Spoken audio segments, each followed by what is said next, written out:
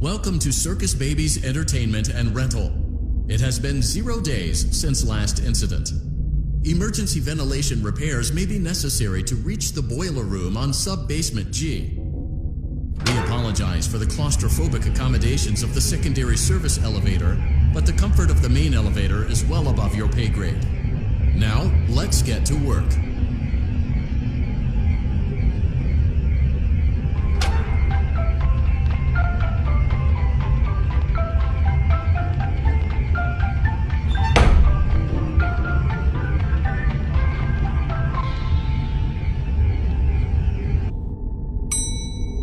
Motion trigger. Breaker room.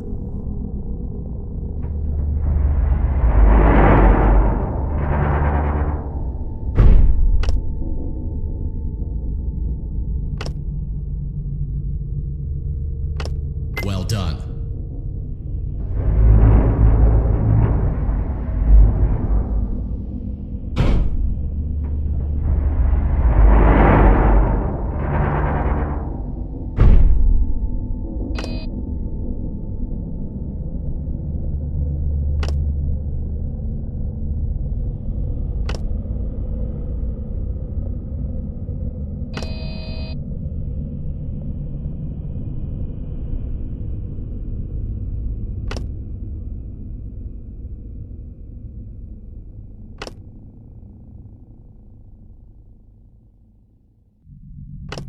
Well done.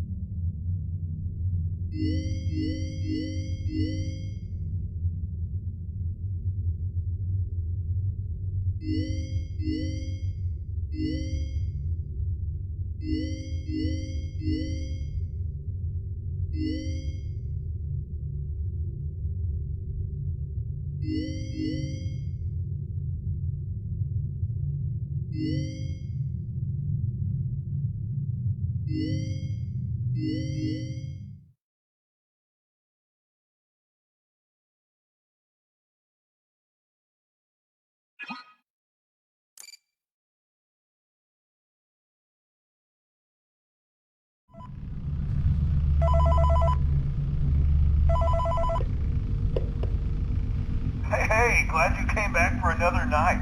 I promise it'll be a lot more interesting this time. We found some great new relics over the weekend, and we're out tracking down a lead right now. So, let me just update you real quick, then you can get to work.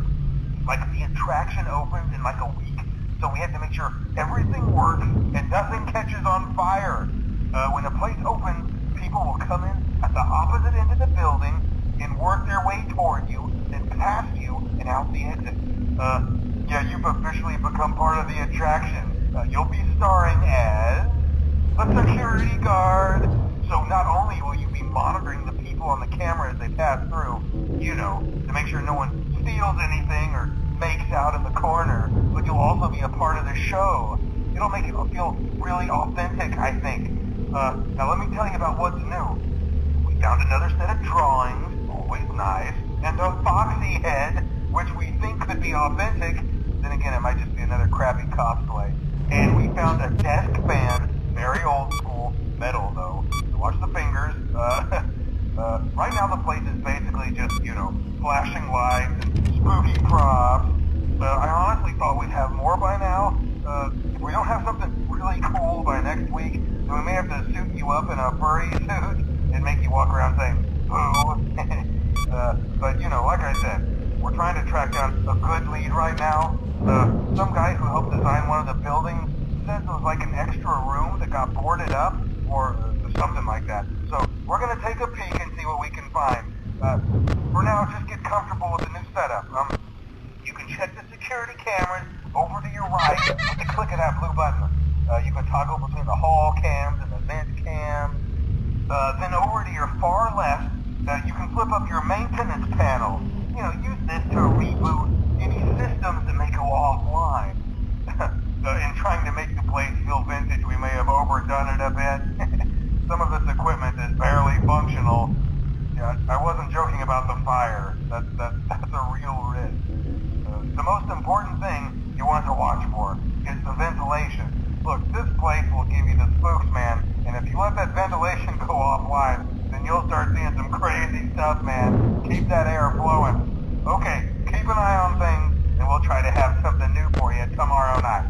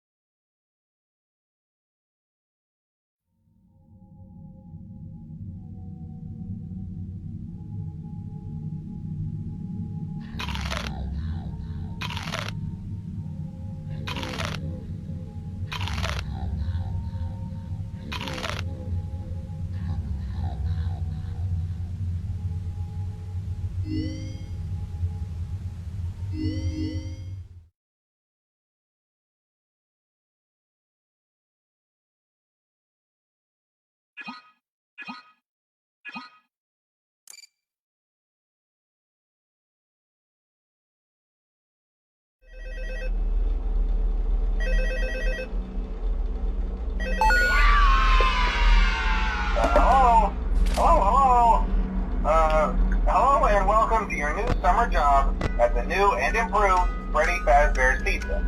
I'm here to talk you through some of the things you can expect to see during your first week here to help you get started down this new and exciting career path. Now, I want you to forget anything you may have heard about the old location, you know. Some people still have a somewhat negative impression of the company.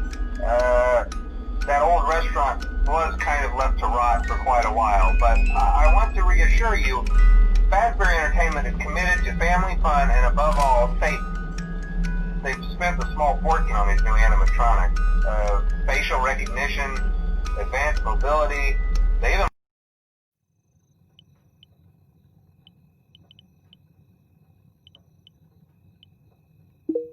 during the day. Isn't that neat? But most importantly, they're all tied into some kind of criminal database so they can detect a predator a mile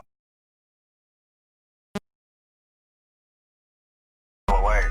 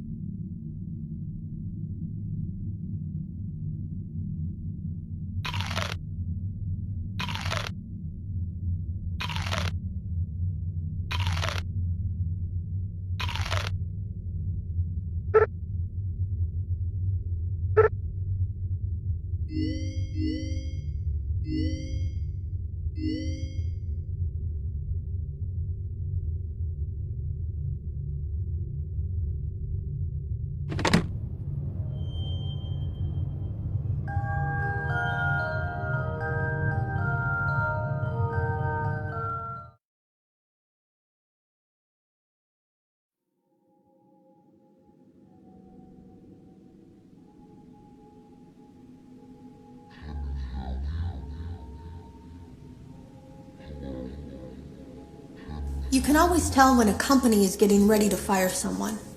They start giving out written warnings for silly things, making sure to build a paper trail and make a case for... Hello? Can you hear me? Don't exit this room, okay? This isn't a mistake. This room isn't a mistake. I had to hide these logs away from the core gameplay files, in a place that only a beta tester would look, and in a place where the files could be protected. I just really hope that the next development team finds this before the game is released to the public. This game has some kind of malicious code in it that we haven't been able to fully contain or even understand for that matter. We're over budget and out of time. But that's not the reason that we're shutting down. Listen, I have to keep this short so the file size will be small enough to fly under the radar. There are more. They may not be in order. I saw it for the first time today. There was a character I couldn't make out who it was, standing at the end of the hall. I thought it was just bugged out, so I made a note of it and kept playing.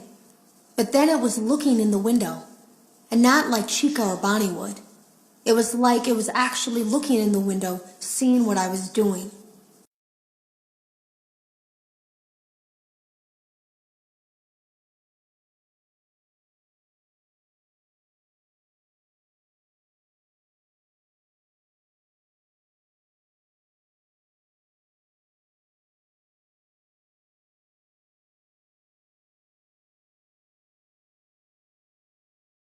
I heard a pretty heated conversation this morning between Dale, our manager, and someone else on the line.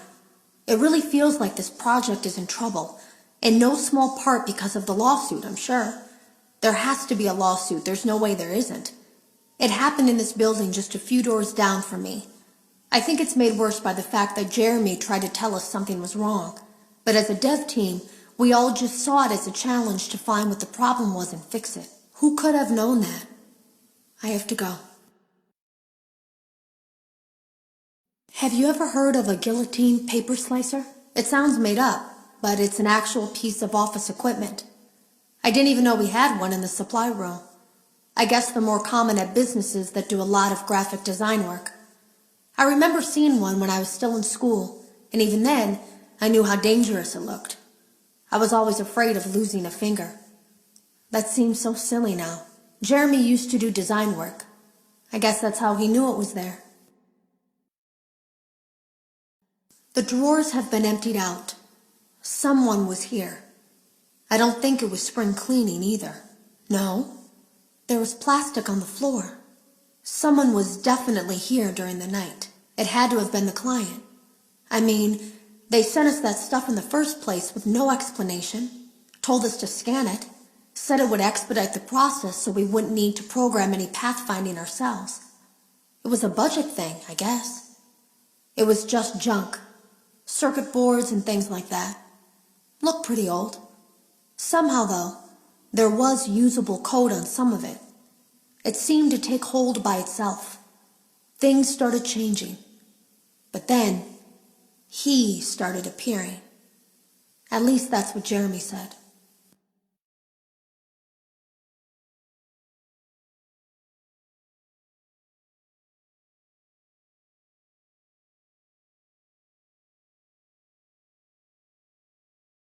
I came in early that morning.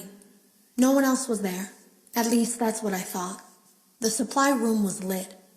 I didn't even notice Jeremy standing in the testing room as I walked past. The supply room was so bright, glowing from all the way down the hall.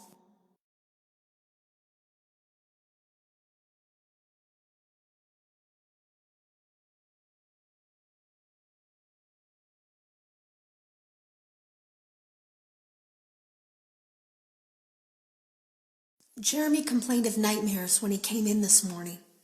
He wasn't talking about it like someone telling a friend about his dreams, though. He was pale. Looked like he hadn't eaten in days.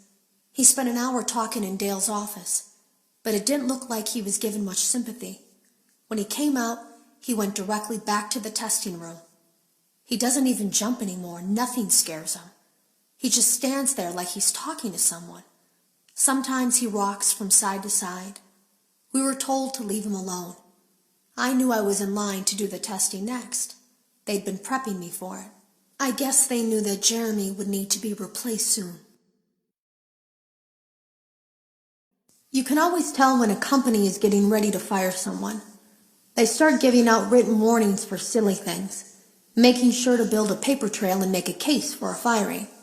Things that normally no one would care about suddenly become grave offenses, all worthy of being written and documented. I guess it works two ways, because it also encourages a person to quit rather than be scrutinized so heavily. I think Jeremy was too far gone to consider that option, though. The thing about it is that I don't think they were going to fire him because of anything he was doing wrong. They just knew he'd seen something. They needed to discredit him. There was something that looked like a Halloween mask laying on the floor. I didn't understand. Ink must have spilled. It was only then that I heard a shuffle from the testing room and realized Jeremy must be there. I went back and peered in the window. I couldn't see his face. He had the visor covering his head. He had ink spilled on himself as well. The front of his shirt looked black in the dark room. He turned his head in my direction, but I don't think he knew I was there.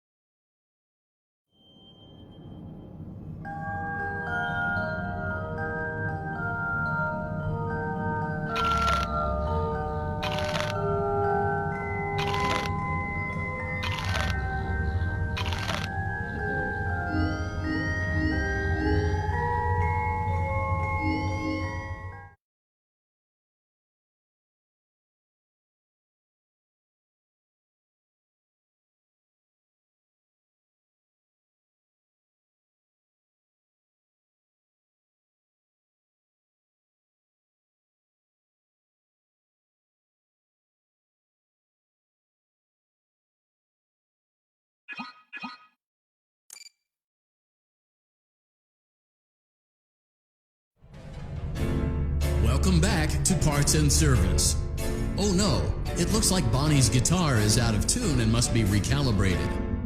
First, we must access his harmonization module located inside his secondary throat pipe. To access the throat pipe, both eyes must first be removed. You must be as precise as possible when removing the eyes from their respective sockets. First, firmly grip Bonnie's left eye and carefully remove it from its socket. Great job. Deposit the left eye in the cleaning receptacle on well done. Now, firmly grip Bonnie's right eye and carefully remove it from its socket. Deposit the right eye in the cleaning receptacle on your right. Good job. To open Bonnie's faceplate, carefully press the two buttons located on either side of Bonnie's jaw. When done correctly, you should hear two small clicks. Well done. You now have access to Bonnie's harmonization module. Press the blinking button inside Bonnie's secondary throat pipe to enter calibration mode. Something is not right. One of those notes is out of tune. You may push the button again to replay the audio. Press the blinking button again to verify your work.